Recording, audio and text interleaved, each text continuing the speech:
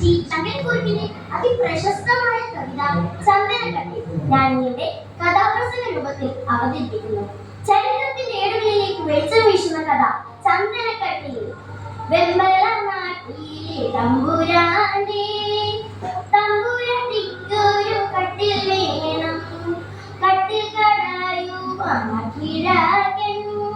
കട്ടിലെ ചന്ദനം തന്നെ വേണം. വെമ്പല നാട് ഇന്നത്തെ കോട്ടയം. പണ്ടുകാലങ്ങളിൽ കട്ടിലിൽ കിടക്കാനുള്ള സൗഭാഗ്യം തമ്പുരാന്മാർക്കും തമ്പുരാട്ടിമാർക്കും മാത്രമേ ഉണ്ടായിരുന്നുള്ളൂ എന്നതാണ് സത്യം. പൊതുജനം നിരത്ത പായ വിരിച്ചുവിട കിടക്കാൻ തമ്പുരാട്ടിക്കൊരു മോഹം പുതിയൊരു കട്ടിൽ വേണമെന്ന്. തമ്പുരാട്ടി കിടക്കാൻ കട്ടിലില്ലാണ്ടല്ല, പുതിയ കട്ടിൽ ചന്ദന കൊണ്ട് തന്നെ ഒന്ന് വേണം.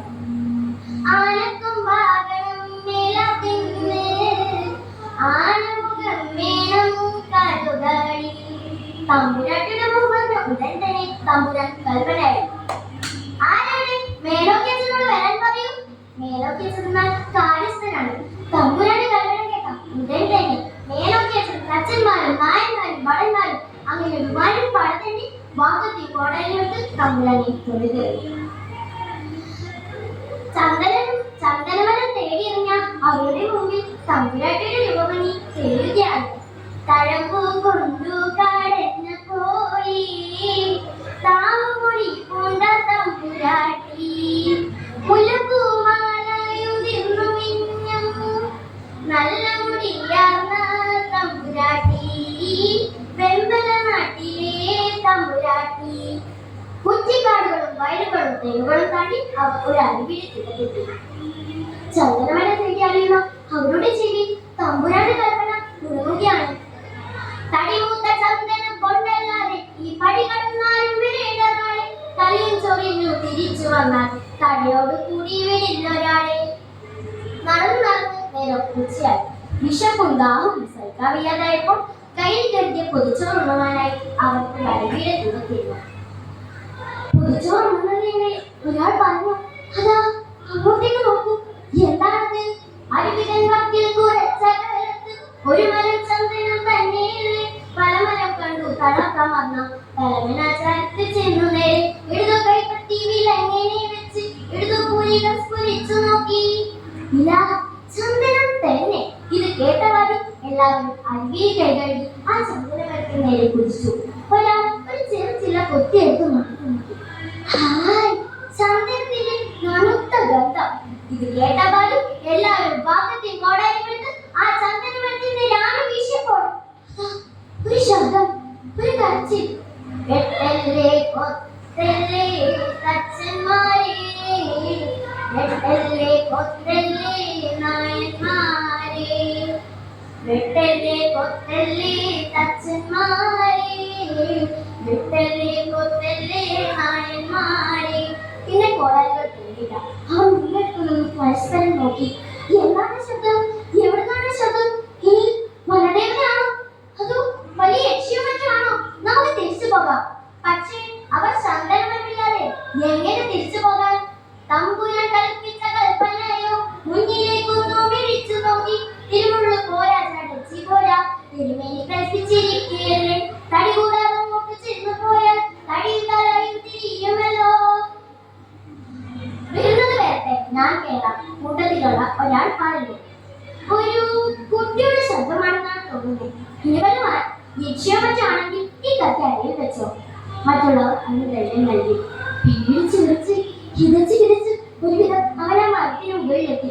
അവൻ പൊത്തിലേക്കൊന്ന് എത്തി നോക്കി. അവന്റെ കണ്ണുകൾ വിശ്വസിക്കാനേ ആയില്ല.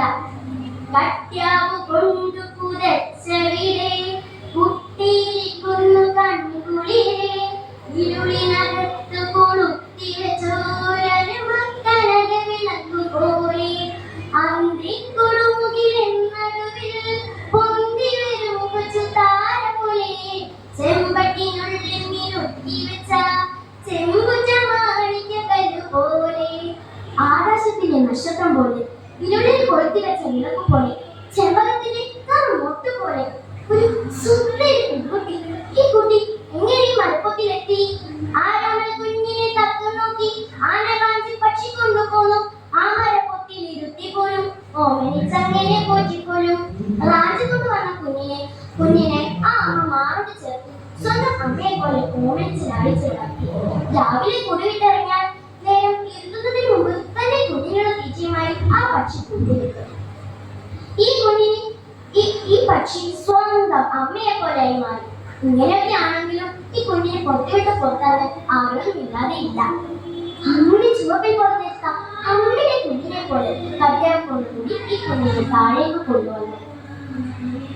ഈ കുഞ്ഞിനെ എല്ലാവരും നിലതൊടിക്കാതെ വാരിക്കൊള്ളുന്നു. തമ്പുരാന്റെ കരത്തിനൊത്ത മേനോക്കിയച്ഛൻ പറഞ്ഞു, മതി, ഇനി മരം മുറിക്കാം. പത്തി വരത്തി പറന്നെടുക്കും പാമ്പുകൾ ഓടാടി പൊങ്ങിക്കാണും കടയിട്ട ചന്ദനം തലതിരിഞ്ഞ് പുഴയിലേക്ക് മുന്നിലം പതിച്ചു. ഇലകളും ചില്ലകളും മാറ്റി എല്ലാവരും കൂടി ചന്ദനമര തലയിലേറ്റി കുഞ്ഞിനെയും കൊണ്ട് ആഹ്ലാദത്തോടെ കൊട്ടാരത്തിലേക്ക് മടങ്ങി. എന്നാലും എല്ലാവരുടെയും മനസ്സിൽ ഒരു ചോദ്യം മാത്രം ബാക്കിയായി. പിഞ്ചു കുഞ്ഞിനെ എന്തു ചെയ്യും? നേരം രാത്രിയായി. തന്റെ കുഞ്ഞിനുള്ള തീറ്റയുമായി ആ പക്ഷി കൂട്ടിലേക്ക് തിരിച്ചു വന്നപ്പോൾ കണ്ടത് തന്റെ കണ്ണുകൾ വിശ്വസിക്കാനായില്ല. ചിറകാരം ചന്ദനം നിന്നതിക്കിൽ മരമില്ല കൂടില്ല കുഞ്ഞുമില്ല മരവിപ്പു കേറിയതിനുടലിൽ തല ചുറ്റിടുന്നോരാ താമരത്തിൽ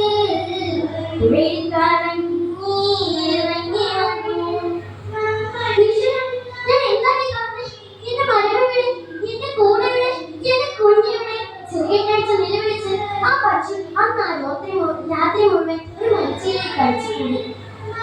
നിലവിളിച്ച വന്നു തുടങ്ങി.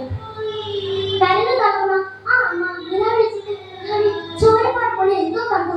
എന്താണത്? അടയാളമായിട്ട കൊച്ചു പൈതൽ കട്യാവു തന്നെ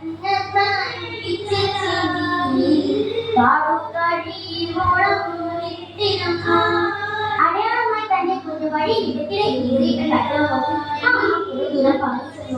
കുറെ കഴിഞ്ഞപ്പോൾ ആ അടയാളം കാണാതെയായി.